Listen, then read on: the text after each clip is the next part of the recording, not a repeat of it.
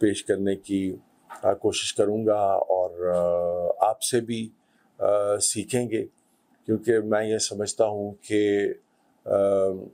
جو علم ہے وہ تو قبر تک انسان کے، اور سیکھنے کا عمل جو ہے یہ کبھی ختم نہیں ہوتا۔ انسانوں سے بھی انسان سیکھتا ہے، پرندوں سے سیکھتا ہے، درختوں سے سیکھتا ہے، پھولوں سے، پتوں سے، خوشبو سے، بہت کچھ انسان جو ہے، جانوروں سے، کیڑے مکوڑوں سے انسان بہت کچھ سیکھتا ہے اگر وہ سیکھنے کی کوشش کرے۔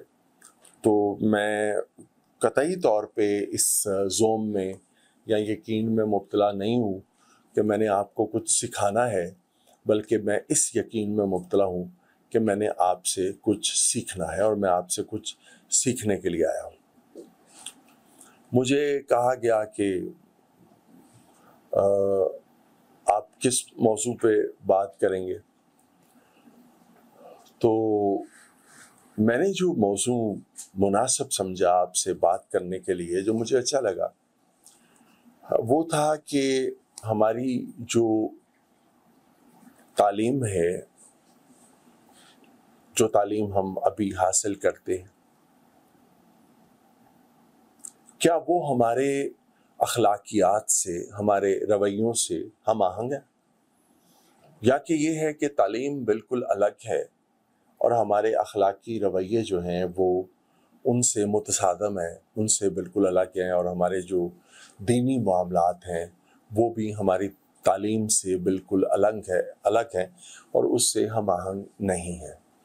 تو یہ موضوع میں نے اس لیے بھی چنا کہ جب ہم گورنمنٹ کالج لاہور، جسے آج کل GCU کہتے ہیں، ہم جب وہاں پہ پڑھتے تھے تو ہمیں بڑا شوق ہوتا تھا اپنے سے بڑی عمر کے لوگوں کے پاس بیٹھنے کا اور ان سے کچھ سیکھنے کا۔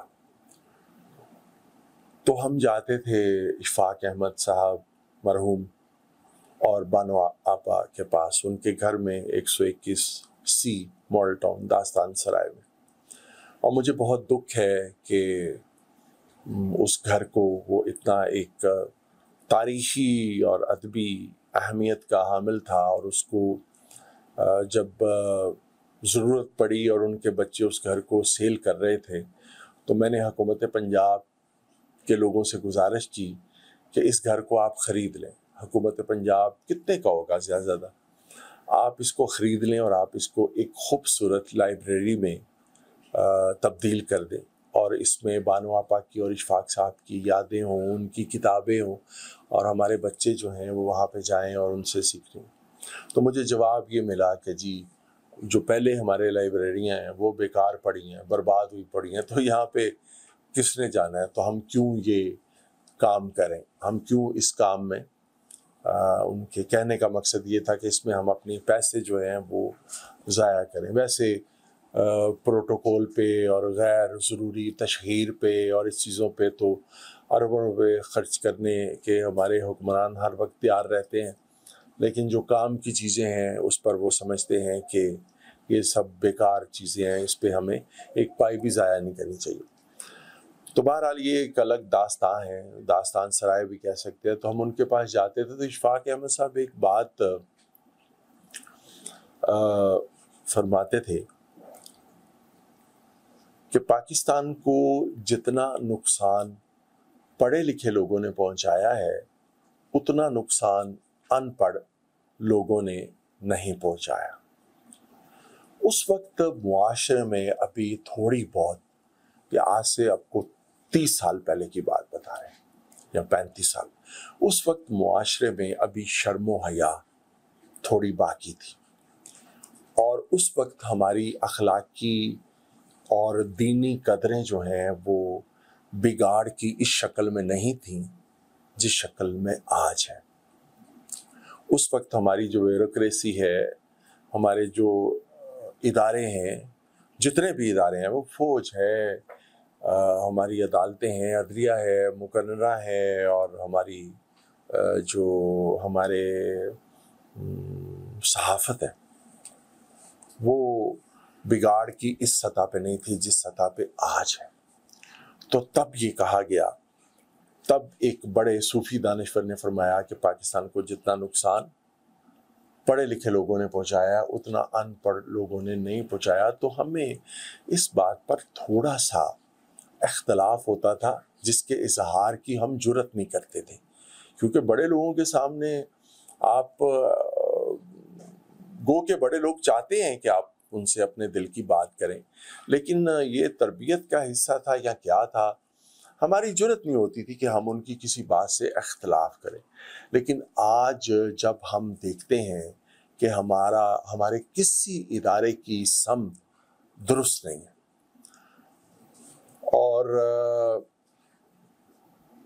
اس سے بھی بڑھ کے قیامت یا اس سے بھی بڑھ کے المیہ یہ ہے کہ اپنی ہی اصلاح میں یا اصلاح کی کوشش میں آپ پوری طرح سے کامیاب نہیں ہو پاتے. آپ کو بہت زیادہ مزاحمت کا سامنا کرنا پڑتا ہے, معاشرے کی طرف سے, لوگوں کی طرف سے, حتیٰ کہ اپنے گھر میں آپ کو عجیب طرح کی مزاحمت کا سامنا کرنا پڑتا ہے. تو آج ہم سوچتے ہیں کہ اشفاق صاحب تو بالکل ٹھیک کہتے تھے کہ پاکستان کو جتنا نقصان ہمارے جو آج عدلیہ کی حالت ہے, جو آج ہماری پالیٹکس کی حالت ہے, جو آج ہمارے دوسرے شعبوں کی حالت ہے, تو یہ سب تو ان پڑھ نہیں ہے, یہ سب تو بہت پڑھے لکھے لوگ ہیں. تو پھر کیا وجہ ہے کہ یہ بات جو ہے یہ ثابت ہو گئی ہے کہ پاکستان کو زیادہ نقصان جو ہے وہ پڑھے لکھے لوگوں نے پہنچایا ہے. اس کی بے شمار وجوہات ہوں گی, کچھ آپ سے بھی ہم پوچھیں گے, کچھ میں آپ کو بتانے کی کوشش کروں گا. لیکن میں یہ سمجھتا ہوں کہ یہ جو بات ہمارے ہاں غلط العام کے طور پہ کہی جاتی ہے کہ پاکستان میں ساری خرابیاں تعلیم کی کمی کی وجہ سے ہیں, میں اس کی وضاحت آپ کے سامنے رکھنا چاہوں گا یا اپنی گزارش آپ کے سامنے رکھنا چاہوں گا. میں یہ سمجھتا ہوں میری تحقیق کے مطابق کہ پاکستان میں ساری خرابیاں تعلیم کی, جو تعلیم دی جاتی ہے ہمارے ہاں جو اویلیبل ہے, پاکستان میں ساری خرابیاں اس کی کمی کی وجہ سے نہیں, اس کی زیادتی کی وجہ سے. اس کی وجہ یہ ہے کہ جب آپ کے سینکڑوں یا بیسیوں قسم کے سیلیبس ہوں گے, ایک سکول میں کچھ اور پڑھایا جائے گا, دوسرے سکول میں کچھ اور پڑھایا جائے گا, اسی طرح آپ کے جو دینی مدارس ہیں ان کے اپنے کئی طرح کے نصاب ہوں گے. آپ ایچیسن میں کچھ اور پڑھائیں گے, سینٹر ماڈل میں کچھ اور پڑھائیں گے, کسی پرائمری سکول میں کچھ اور پڑھائیں گے. قوم کیسے بنے گی؟ قوم تو نہیں بن سکتی. قوم تو بنے گی کہ جب آپ سب کو ایک نظام تعلیم کے تحت لے کے آئیں. وہ تو پاکستان بننے سے لے کے اب تک ہم نہیں بنا سکے. ہمارے ایک تبدیلی کا علم بلند کر کے صاحب آئے اور ان کی یہ کوشش اور خواہش تھی کہ وہ پورے ملک میں ایک نصابی جو عمل ہے اس کو وہ رائج کریں, سسٹم کو. وہ بھی نہیں کر سکے. یہ سسٹم جو ایک بہت ہی کرمنل اور کرپٹ سسٹم ہے, یہ اتنا طاقتور ہے اور اتنا مضبوط ہے کہ ایک شخص آیا کہ وہ سسٹم کو تبدیل کرے گا. وہ تو سسٹم کو تبدیل نہیں کر سکا, سسٹم نے اسے تبدیل کر دیا اور پھر وہ سسٹم کے مطابق ہو گیا. سسٹم کے مطابق اس نے سوچا کہ میں اپنے آپ کو ایڈجسٹ کر لوں جو سسٹم ہے, پھر اس میں بھی وہ ایڈجسٹ اپنے آپ کو نہیں کر پائے. یہ ایک الگ سیاست کی طرف بحث نکل جائے گی. تو جب آپ کا نصاب, آپ کے مدارس کا جو آپ کا دینی نصاب ہے وہ بھی ایک نہیں ہوگا, تو پھر کوئی شیعہ بن رہا ہے, کوئی سنی بن رہا ہے, کوئی وہابی بن رہا ہے, کوئی دیوبندی بن رہا ہے. تو میں ایک دفعہ اپنے کالم میں لکھا, میں نے کہا جی ایک جرمن میں نے ایک گورے کو, جرمن کو کنونس کر لیا. میں کچھ دن وہاں پہ رہا تو میں نے انہیں کنونس کر لیا کہ آپ اسلام قبول کر لیں، تو بڑی ان کے ساتھ میری نشستیں ہوئیں اور وہ مجھ سے اتفاق کر لیا انہوں نے کہ ٹھیک ہے. لیکن بات پھر یہاں سے آ کے رہ گئی کہ انہوں نے مجھ سے سوال کیا کہ آپ مجھے کون سا اسلام قبول کروانا چاہتے ہیں، دیوبندی اسلام، وہابی اسلام، فلانا اسلام، فلانا اسلام. تو انہوں نے کہا آپ کے تو اسلام بھی کئی ہیں، تو پہلے تو آپ مجھے اس بات پر کنونس کریں کہ مجھے کون سا اسلام قبول کرنا ہے. تو میں نے کہا کہ میں انہیں باوجود کوشش کے اس بات پر کنونس نہیں کر سکا، چونکہ وہ اتنا با علم آدمی تھا. میں جب بھی اس سے کوئی دلیل پیش کرتا ٹوٹی پھوٹی، تو وہ اس کے جواب میں مجھے ایک مضبوط دلیل پیش کرتا، جس کے بعد مجھے احساس ہوا کہ یہ بندہ جو ہے یہ مجھ سے زیادہ دین کے اور اسلام کے بارے میں جانتا ہے، سو یہ میری باتوں میں نہیں آئے گا. تو آپ دیکھیے کہ اس ملک کو اخلاقی لحاظ سے، سیاسی لحاظ سے، تہذیبی لحاظ سے، ثقافتی لحاظ سے، معاشرتی لحاظ سے جو تباہی کے آخری مقام پر لے کر گئے، وہ ان پڑھ لوگ لے کے گئے یا وہ پڑھے لکھے لوگ سو کالڈ جن کو ہم کہتے ہیں، جنہوں نے بڑے بڑے تعلیمی اداروں میں تعلیم حاصل کی، وہ لے کے گئے. اس کا مطلب یہ نہیں ہے کہ میں یہ کہتا ہوں کہ آپ تعلیم حاصل نہ کریں. میں یہ کہتا ہوں کہ آپ کا جو تعلیمی ڈھانچہ ہے وہ اتنا کمزور ہے، اتنا بدبودار ہے، اتنا لاغر ہے، اس کو اب آپ دفن کر دیں اس ڈھانچے کو، اور ایک نیا نظام جو دنیا کے جدید تقاضوں سے ہم آہنگ ہو، جو آپ کی مذہبی، دینی، اخلاقی روایات سے ہم آہنگ ہو، ایک تعلیم کا ایسا نظام جس کے ساتھ کوئی اگر چاہے بھی تو تربیت کو الگ نہ کر سکے. سب سے زیادہ نقصان تو ہمیں اس بات کا ہوا نا کہ ایک لفظ جڑا ہوا ہوتا تھا، تعلیم و تربیت. ہم نے کبھی تعلیم کو الگ نہیں سنا تھا، ہم نے ہمیشہ سنا تھا تعلیم و تربیت. تعلیم سے زیادہ تربیت کو ضروری سمجھا جاتا تھا. لیکن جب سے صرف تعلیم رہ گئی اور تربیت اس سے الگ ہو گئی، تو پھر تعلیم کا حشر آپ نے دیکھ لیا کیا ہوا. اور خالی تعلیم یافتہ لوگ جو تربیت یافتہ نہیں تھے، انہوں نے جو پاکستان کا، ملک کا اور معاشرے کا جو حشر کیا وہ بھی آپ کے سامنے. تو ہم کہتے ہیں کہ وہ تعلیمی نظام جو ہمیں بربادی کی طرف لے گیا بڑی تیزی سے، اس تعلیمی نظام سے چھٹکارا حاصل کر کے، نجات حاصل کر کے ہم ایک نیا تعلیمی نظام لے کے آئیں جس کے ساتھ تربیت مضبوطی کے ساتھ جڑی ہوئی ہو. تو وہ شاید اس سوسائٹی کو کسی خوبصورت منزل سے آشنا کر دے، خوبصورت رستوں پر جو ہے چلا دے. اب اگر ہم اسی نظام کو آگے لے کے بڑھتے رہیں تو یہ نظام، تو میں نے، آپ یقین کریں کہ مجھے اتنا دکھ ہوتا ہے، اتنے پڑھے لکھے لوگ جو ہیں، لمس میں پڑھنے والے اسٹوڈنٹس کو بھی، اور اس سے بھی بڑے بڑے اداروں میں پڑھنے والے بچوں کو جب میں دیکھتا ہوں کہ وہ کس طرح سے بات کرتے ہیں اپنے پیرنٹس کے ساتھ، اپنے ٹیچرز کے ساتھ. یہ نہیں کہ سارے ایک جیسے تو ہوتے نہیں، لیکن میں جب دیکھتا ہوں کہ تو میں حیران ہوتا ہوں کہ یار یہ ادارے کیا سکھا رہے ہیں ان بچوں کو. شاید تعلیم تو دے رہے ہیں لیکن ان بچوں کی تربیت نہیں کر رہے. اور اس سے بھی بڑی ٹریجڈی، وہ ایک شعر ہے نا، پتہ نہیں اب میں غلط نہ کہہ دوں، کہ حادثے سے بڑھ کے سانحہ یہ ہوا، کوئی ٹھہرا نہیں ہے حادثہ دیکھ کر. تو یہ حادثے سے بڑا سانحہ یہ ہوا کہ ایک تربیت ہمیں گھر سے بھی ملتی تھی. والدین کے پاس اپنے بچوں کے لیے وقت ہوتا تھا. اب اس تربیت کا بھی فقدان ہے،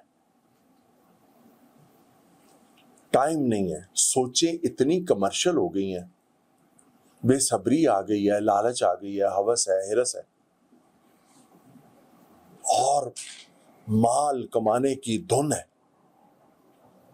جس میں آپ اپنی اولاد تک کو نظر انداز کر دیتے ہیں. اب بچوں کے لیے ٹائم.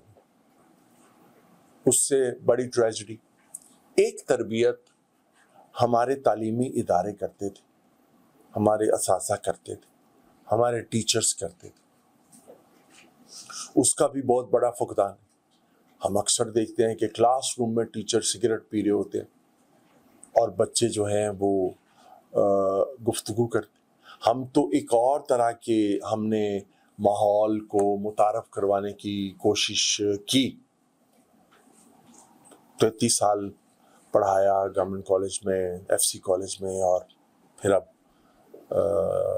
قبل از وقت ریٹائرمنٹ لے لی، کچھ اور کام کرنے تھے. تو ہم نے بڑی کوشش کی 33 سالوں میں بحیثیت ایک ٹیچر کے طلباء کی تربیت کے لیے یہ کوشش کی کہ پورے ٹائم پہ کلاس میں گئے اور کبھی 1 سیکنڈ پہلے کلاس جو ہے وہ نہیں چھوڑی. اس کے بعد یہ جو نوٹس لکھوانے کا اور دینے کا اور یہ سلسلہ کبھی نہیں کیا. کبھی کلاس روم میں یہ نہیں سوچا کہ میں ٹیچر ہوں. بچوں سے کہا کل ہم اس موضوع پہ بات کریں گے، بیٹا آپ بھی پڑھ کے آئیے، میں بھی پڑھ کے آؤں گا. آپ بھی تیاری کر کے آئیے، میں بھی تیاری کر کے آؤں گا. آپ بھی دیکھیے کہ یہ سلیبس پنجاب یونیورسٹی نے جرنلزم کا، چونکہ میرا سبجیکٹ ہے جرنلزم، میس کمیونیکیشن، تو یہ 1990 کا سلیبس ہے. اور اگر آج میں آپ کو 2020 میں یا 2022 میں یہ پڑھا رہا ہوں تو کیا نئی چیزیں اب تک آ چکی ہیں. نیٹ پہ بہت کچھ اویلیبل ہے، آپ اس سے سہولت حاصل کریں. میں کچھ اپنے تجربہ بھی اس میں شامل کر لوں گا، میں بھی تیاری کر کے آؤں گا، آپ بھی تیاری کر کے آئیں. کل ہم اس پہ بات کریں گے. اور اس پہ تیاری کرتے تھے. میں بھی پڑھتا تھا کہ کل مجھے اپنے بچوں کو کچھ سکھانا ہے، پڑھانا نہیں ہے، سکھانا ہے. بچے بھی تیاری کر کے آتے تھے اور کلاس میں ہم ایک بحث مباحثے کا، خوبصورت بحث مباحثے کا ماحول پیدا کرتے تھے، جس میں بچے بھی بہت کچھ مجھے سکھاتے تھے اور میں بھی بہت کچھ بچوں کو سکھانے کی کوشش کرتا تھا. اور اس طرح سے جو چیزیں بچوں کے، جو باتیں بچوں کے ذہن نشین ہو جاتی تھی وہ کبھی نہیں نکلتی. تو اب ہمارے ٹیچر پڑھاتے ہیں، سکھاتے نہیں ہیں. آپ ایک کلاس روم کا ایک ماحول ہوتا ہے. آپ آج کے جا کے کلاس روم میں دیکھیے وہ ماحول نہیں. مثلا میں نے اپنی کلاس میں اپنے بچوں سے گزارش کی ہمیشہ کہ میں جب کلاس میں آؤں گا کوئی اٹھ کے کھڑا نہیں ہوگا. میں السلام علیکم کہوں گا، آپ مجھے وعلیکم السلام کہیں گے. بس آپ مجھے اچھی طرح سے جواب دے دیں، یہ میرا ادب ہے. آپ ہو سکتا ہے کہ عمل میں مجھ سے بہت بہتر ہوں، اور جب عمل میں مجھ سے بہتر آدمی میرے احترام میں کھڑا ہوگا تو مجھے شرم آئے گی. تو اس لیے، اور ویسے بھی یہ ایک سنت رسول بھی ہے. آپ صلی اللہ علیہ وسلم پسند نہیں فرماتے تھے کہ کوئی ان کے احترام میں اس طرح سے، تو وہ بھی ایک نسبت تھی. تو وہ تھا. پھر یہ تھا کہ کوئی بھی کلاس روم میں داخل ہوتے ہوئے اجازت نہیں لے گا.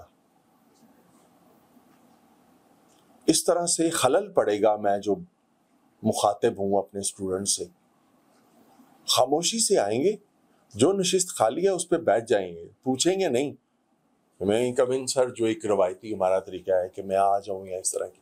خاموشی سے آئیں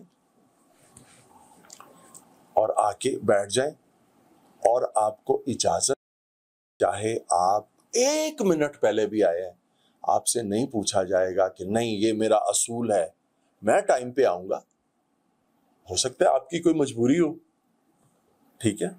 تو آپ اگر آخری 2 منٹ میں بھی کلاس روم میں آ گئے ہیں تو آپ کو کلاس روم میں آنے کی اجازت ہوگی، اور آپ آئیں گے اور آپ جو ہے وہ بیٹھ جائیں گے. میں اس طرح فون سامنے رکھتا تھا کیونکہ تب میرے پیرنٹس حیات تھے، امی ابو زندہ تھے. تو میں بچوں سے کہا ہوا تھا کہ اس دوران یہ کالز میں مس نہیں کر سکتا. میری ماں کی کال آئے یا میرے ابو جی کی کال آئے تو میں اگر میری امی یا ابو کی کال آئے گی میں خاموشی سے بیٹھ جاؤں گا, کال سن کے واپس آ جاؤں گا. اور آپ کو بھی یہ اجازت ہے کہ اگر آپ کے فون پہ آپ کی امی یا ابو کی کال آئے, پیرنٹس کی کال آئے, تو آپ وہ باہر چلے جائیں خاموشی سے بغیر بتائیں, اور وہ آپ کال سنیں, اور اس کے بعد آپ کی ایمرجنسی ہو سکتی ہے, کوئی پریشانی ہو سکتی ہے. ظاہر ہے والدین سے بڑھ کے تو جو ہے وہ رشتہ کوئی نہیں ہوتا. باقی دنیاوی رشتے تو ہمارے دو طرفہ ہیں. آپ جتنا گڑ ڈالیں گے میٹھا, آپ جتنا کسی سے پیار کریں گے, کوئی کم و بیش کم کر لے گا, کوئی زیادہ کر لے گا. دو رشتے یک طرفہ ہے, وہ دو طرفہ نہیں ہے. ایک رشتہ اللہ کا اپنی مخلوق سے, آپ عبادت کریں نہ کریں, اللہ کی مانے نہ مانے, اللہ کو مانے نہ مانے, اللہ آپ پر رحم ہی کرتا ہے بے شمار معاملات میں. ایک وہ رشتہ ہے آپ کا یک طرفہ اللہ کا اپنے بندے سے, اور ایک والدین کا اپنی اولاد سے, کہ آپ ان کی خدمت کریں نہ کریں, آپ ان کی عزت کریں نہ کریں جو کہ آپ کو کرنی چاہیے, وہ آپ سے پیار ہی کرتے ہیں. یہ یک طرفہ رشتے ہیں دو, اللہ کا بندے سے اور والدین کا اولاد سے. باقی سارے رشتے جو ہیں نا یہ دنیاوی طور طریقوں کے مطابق ہی چلتے ہیں, اور وہ آپ کے سامنے ہیں, مگر یہ دو رشتے بہت مضبوط اور پائیدار. تو وہ بچوں کو اس طرح سے بتانا, پھر یہ دیکھنا کہ اگر کوئی کسی بچے نے بہت اچھی بات کی ہے اور اس بات سے روح یا دل خوش ہوا, تو اسے کہنا کہ اب آپ ڈائس پہ آ جائیں, میں سامنے بیٹھوں گا اسٹوڈنٹ بن کے, اور آپ مجھے پڑھائیں گے آج. اب بے شمار بچے جو ہیں وہ اس سے معذرت کرنے کی کوشش کرتے تھے کہ سر یہ کیسے ہو سکتا ہے سر, وہ ادب کا ایک تقاضے کے طور پہ کہ سر یہ ہمارے لیے ممکن نہیں ہے یہ. لیکن میں انہیں زور دے کے یہ بات کہتا تھا کہ نہیں, آج میں نے آپ سے پڑھنا ہے, آج میں نے آپ سے سیکھنا ہے. اور وہ اعتماد جو ٹیچر اپنے بچوں کو دیتے تھے, وہ اعتماد یقین کریں وہ بچے, وہ اسٹوڈنٹس میں نے دیکھا بڑے بڑے اعلیٰ مقام پر پہنچے, عہدے کے لحاظ سے نہیں, اخلاقی لحاظ سے, دینی لحاظ سے, معاشرتی لحاظ سے. یہ صرف عہدے, تو ہم عہدوں کو جوڑ لیتے ہیں نا اپنی تعلیم کے ساتھ کہ میں یہ کروں گا تو مجھے یہ جاب ملے گی. ناروے میں نے ایک نارویجین سے پوچھا کہ آپ کیا کر رہے ہیں, تو اس نے بتایا کہ میں یہ تعلیم حاصل کر رہا ہوں, میں یہ پڑھ رہا ہوں آج کل.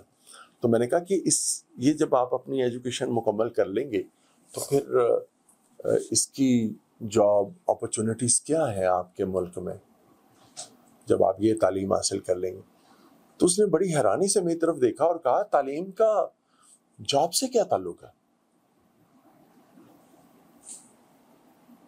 کہ یہ آپ کیا بات کر رہے ہیں, تعلیم کا نوکری سے کیا تعلق ہے یا تعلیم کا جاب سے کیا تعلق ہے. لیکن ہم تو اور طرح کی دنیا کے لوگ ہیں نا, ہماری سوچیں جو ہے وہ بڑی مختلف ہے. تو وہ جو تربیت ہمیں اپنے تعلیمی اداروں سے ملتی تھی اس کا بہت بڑا فقدان ہوا, جو گھر سے ملتی تھی وہ اس کا فقدان ہوا, اس میں کمی آئی. اور اس سے بھی بڑھ کے وہ کہ حادثہ یا سانحہ یہ ہوا, حادثے سے بڑھ کے سانحہ یہ ہوا کہ اب اگر گھر میں تربیت موجود بھی ہے, تعلیمی اداروں میں اساتذہ کی طرف سے تربیت موجود بھی ہے, یا اس تربیت کے لیے اخلاص سے کوششیں کی بھی جاتی ہیں, تو جو تربیت معاشرہ کرتا ہے وہ یہ دونوں طرح کی تربیتیں کھا جاتی. یعنی جو اس وقت معاشرہ آپ کی تربیت کر رہا ہے, جو کہ ایک میں سمجھتا ہوں کہ اوورال اس میں ایک اپنی طرح کی اچھائیاں ہوں گی, ہیں بھی, لیکن جو ایک کرپٹ اور کرمنل سسٹم آپ کی تربیت کرتا ہے اس میں آ کے آپ کے جو گھر کی تربیت ہے اگر آپ کو مل رہی ہے، یا آپ کے جو تربیت آپ کے جو اسکولوں یا کالجز یا یونیورسٹی میں آپ کو ملتی ہے اگر مل رہی ہے، وہ پیچھے رہ جاتی ہے، اور جو معاشرے کی تربیت ہے وہ آگے نکل جاتی ہے، اور پھر خرابیاں اور برائیاں جو ہیں بڑھ جاتی ہیں۔ کچھ لوگوں کو گھر سے ملنے والی اچھی تربیت یا ٹیچر سے ملنے والی اچھی تربیت اتنی مضبوط ہوتی ہے، یا اتنی مضبوطی سے وہ جڑے ہوتے ہیں، ان پہ معاشرے کی تربیت اثر نہیں بھی کرتی، یا بد تربیتی آپ کہہ لیں۔ لیکن عمومی طور پہ میں نے دیکھا ہے کہ معاشرے کی تربیت جو ہے وہ اب حاوی ہو گئی ہے گھر کی تربیت سے، اور کسی کو بڑے چھوٹے کی تمیز نہیں رہی، خونی رشتوں کا تو چھوڑیں، اور کسی چیز کی کتاب کی حرمت ہوتی تھی۔ اب آپ دیکھیں، میں اکثر اپنی بیگم سے کہتا ہوں بیگم صاحبہ، یہ گھر میں اگر باقی سامان ہے تو اس پہ اگر مجھے کو تھوڑی بہت ڈسٹ نظر بھی آ گئی کسی وجہ سے تو میرے لیے اتنا اذیت کا باعث نہیں ہوگا، لیکن اگر مجھے کتابوں پر ڈسٹ نظر آئی تو میری آپ سے ناراضگی بنے گی۔ آپ کے گھر میں کچھ مددگار خواتین بھی ہیں، اور آپ خود بھی یہ کام کر سکتی ہیں، ان سے بھی لے سکتی ہیں۔ کتاب مجھے صاف ستھری نظر آنی چاہیے۔ باقی معاملات میں بھی صفائی بہت ضروری ہے، لیکن کتاب مجھے جو ہے وہ اس پہ مجھے کبھی ڈسٹ نظر نہیں آنی چاہیے۔ یہ کتاب کی ایک حرمت، کیونکہ یہ حرمت کتاب کی قرآن پاک سے جڑی ہوئی ہوتی تھی۔ وہ آپ دیکھیے کہ کس طرح سے ہمارے جو بڑی گھر کی خواتین اور بڑے سب سے خوبصورت لباس، سب سے خوبصورت جو غلاف ہوتا تھا قیمتی کپڑے کا، وہ قرآن پاک کا ہوتا تھا۔ پھر اس کو گوٹے کناری سے سجایا جاتا تھا، خوبصورت کپڑا لایا جاتا تھا، اس میں قرآن پاک کو رکھنا، پھر قرآن پاک کو جب پڑھنے کے لیے نکالنا تو اس کو پہلے چومنا 2 دفعہ، پھر اس کو نکالنا، پھر اونچی جگہ پہ اس کو رکھنا، پھر اس کی طرف ایسے ہی گزرنا کہ پیٹھ اس کی طرف نہ ہو۔ یہ تقدس ہوتے تھے قرآن مجید کے۔ اور اسی طرح کتاب کی اپنی ایک اہمیت ہوتی تھی، کتاب کا اپنا ایک تقدس ہوتا تھا، وہ بھی نہیں رہا۔ ابھی کل مجھ سے ایک صاحب کہہ رہے تھے کہ آپ کی اتنی شاعری ہو گئی ہے تو اب آپ جو ہیں وہ اپنا کوئی شعری مجموعہ جو ہے وہ چھپوا لیں، آپ اپنی کوئی شاعری کی کتاب چھپوا لیں۔ تو میں نے انہیں اپنا ایک شعر سنایا، رہے گی یاد کسے آپ کی غزل توفیق، رہے گی یاد کسے آپ کی غزل توفیق، یہاں تو لوگ خدا کا کلام بھول گئے۔ آپ کا کلام کون یاد رکھے گا؟ تو لوگ تو یہاں پہ خدا کا کلام بھولے ہوئے ہیں، آپ کس کھاتے میں آتے ہیں؟ آپ کو کون سنے گا؟ آپ کو کون کرے گا؟ یہ ہم نے باتیں کی آپ کے ساتھ پڑھے لکھے لوگوں۔ اب میں چاہتا ہوں کہ آپ کے ساتھ کچھ باتیں ہم جو ان پڑھ لوگ ہیں ان کی بھی کریں۔ میں اس ضمن میں آپ کو اپنے والد محترم کی کچھ باتیں، وہ چٹے ان پڑھ تھے، ایک لفظ نہیں پڑھے ہوئے تھے، لیکن میں نے جو کچھ ان سے سیکھا، آج میں اس پوزیشن میں ہوں کہ اگر میں 20 کتابیں اپنے ان پڑھ والد محترم پر لکھنا چاہوں، اس سے بھی زیادہ لکھ سکتا ہوں۔ جو میں نے اپنے ان پڑھ والد محترم سے سیکھا وہ میں نے اپنے پی ایچ ڈی اور بڑے بڑے پڑھے لکھے اساتذہ سے بھی نہیں سیکھا۔ مثلاً میرے ان پڑھ والد محترم کا یہ حکم تھا جس کو ہم حکم کہتے تھے، وہ حکم کے لفظ پر اعتراض کرتے تھے۔ وہ کہتے تھے پتر حکم صرف اللہ دا چل رہا ہے، یہ لفظ بڑا ہے، یہ میرے سامنے نہ بولا کریں بجی آپ کا حکم۔ یار بیٹا وہ والد محترم ان کا حکم تھا کہ بیٹا آپ جب کسی ریسٹورنٹ میں جائیں تو آپ نے ویٹر سے یہ نہیں کہنا کہ آرڈر لے لو، یہ تضحیق ہے، توہین ہے۔ آرڈر کیا مطلب؟ آرڈر اللہ کا چلتا ہے۔ تو میں کہتا تھا ابو جی پھر ہم کیا کہیں؟ یہ تو ایک روٹین میں ہم کہتے ہیں آرڈر لے لے یا آرڈر لے لو، تو کیا کہیں؟ کہتے نہیں بیٹا، آپ ان سے یہ کہیں کہ سر ہماری ریکویسٹ نوٹ کر لیں، آرڈر نہ کہیں۔ تو کہتے ہیں ایک تو وہ پریشان حال شخص جس کو پتہ نہیں اپنے ریسٹورنٹ میں پوری عزت ملتی ہے کہ نہیں، اس کی عزت نفس کا خیال رکھا جاتا ہے یا نہیں، پتہ نہیں اس کو پوری تنخواہ ملتی ہے یا نہیں، یا وہ صرف ٹپ پہ آپ کی گزارا کرتا ہے۔ ایک تو اس کے اپنے اندر ایک سوچ پیدا ہوگی کہ میری بھی لوگ رسپیکٹ کرتے ہیں جب آپ ان کو صاحب کہیں گے کہ صاحب ہماری ریکویسٹ نوٹ کر لیں، تو وہ خوش ہوگا۔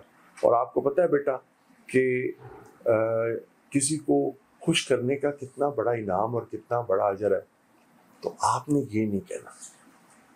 تو یہ بچپن سے ہماری ان پڑھ والد نے تربیت کی۔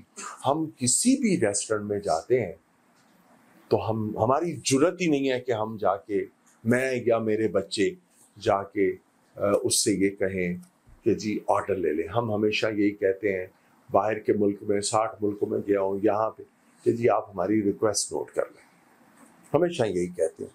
ایک تو یہ، دوسرا وہ کہتے تھے کہ کبھی یہ مت کہیں کہ میں نے فیصلہ کیا ہے، وہ کہتے تھے یہ اختیار اللہ کا ہے، فیصلہ آپ کے ابو جی میں نے سوچا ہے۔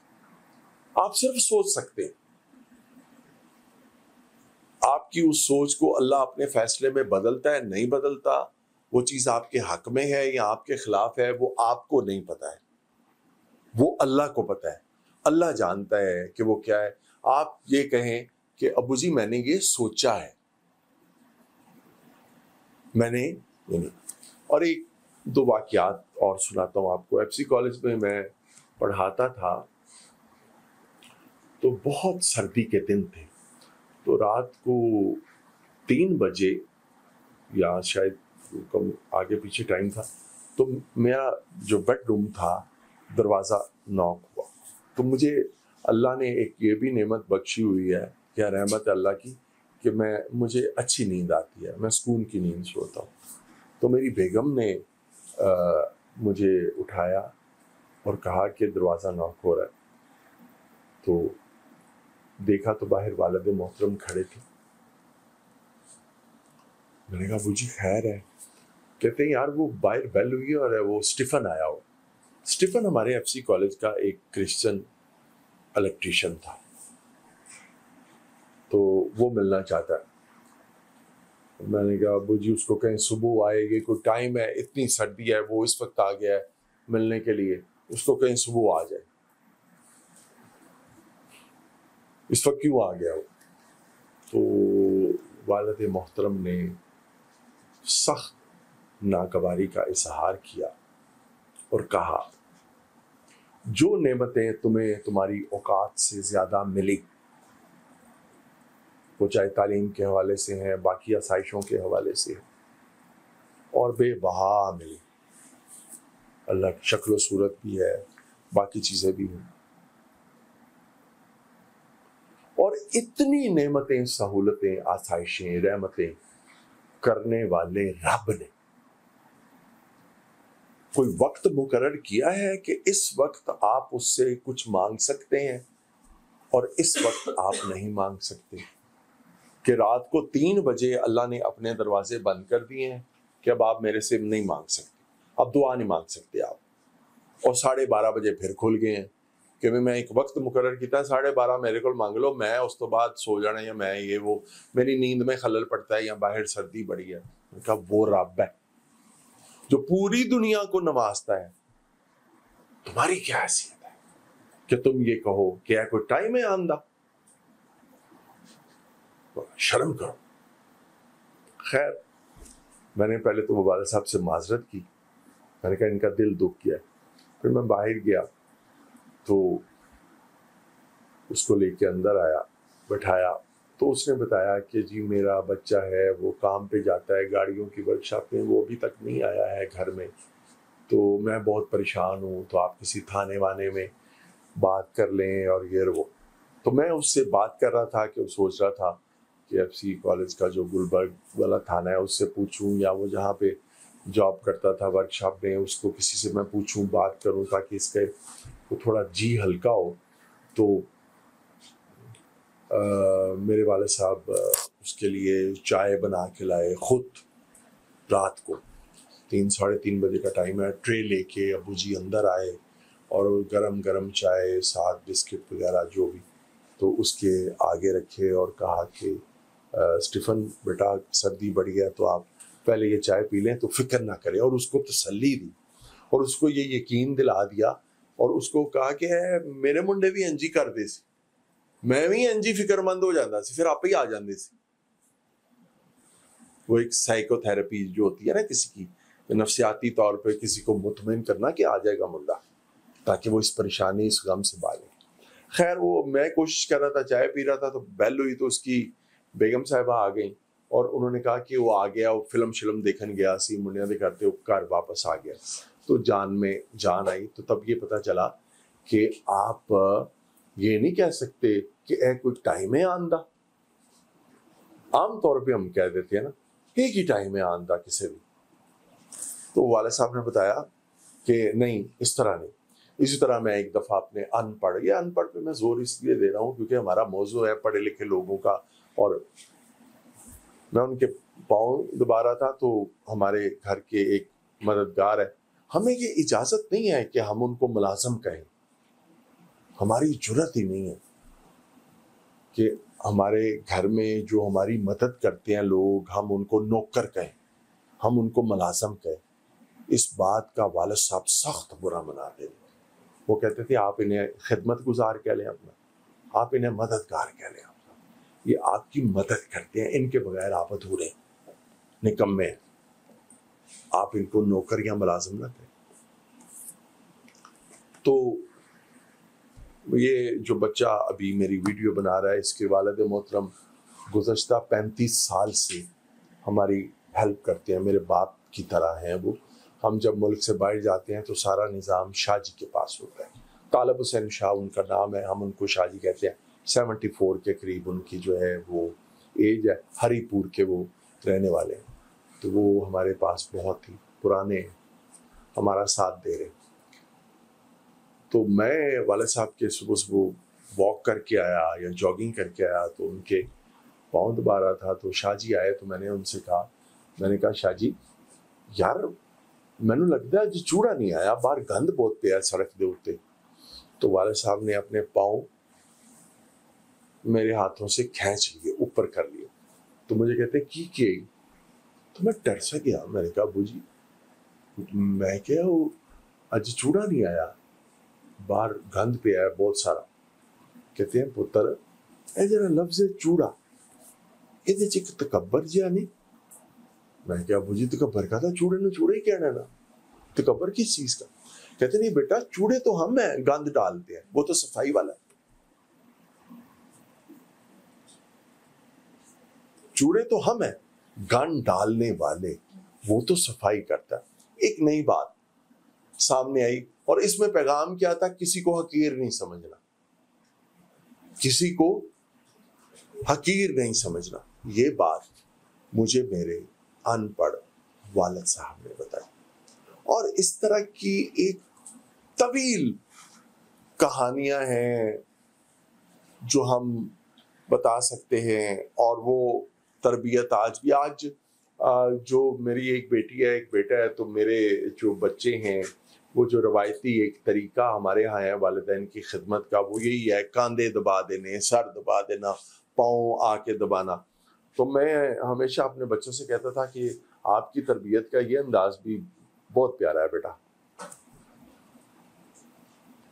لیکن اگر آپ مجھے صحیح معنوں میں میری خدمت کرنا چاہتے ہیں، صحیح معنوں میں میری عزت کرنا چاہتے ہیں، تو یہ کاندھے شاندھے بے شک آپ نہ دبایا کریں، میرا سر دبانا، کاندھے اگر آپ صحیح معنوں میں میری عزت اور خدمت کرنا چاہتے ہیں تو آپ 1 گھنٹے کے لیے اپنا موبائل بند کر دیں اور مجھ سے میرے بزرگوں کی باتیں سنیں.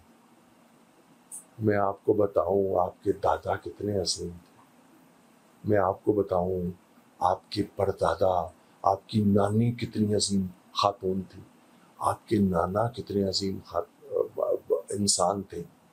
مجھ سے میرے بزرگوں کی باتیں سنیں. مجھے سکون ملے گا جب میں آپ کو اپنے بزرگوں کی باتیں بتاؤں گا اور ان کی اچھی باتیں میں آپ کو بتاؤں گا. تو میں یہ سمجھوں گا اگر آپ غور سے سن رہے ہیں اور اس پر عمل بھی کر رہے ہیں تو میری خدمت کر لی آپ نے.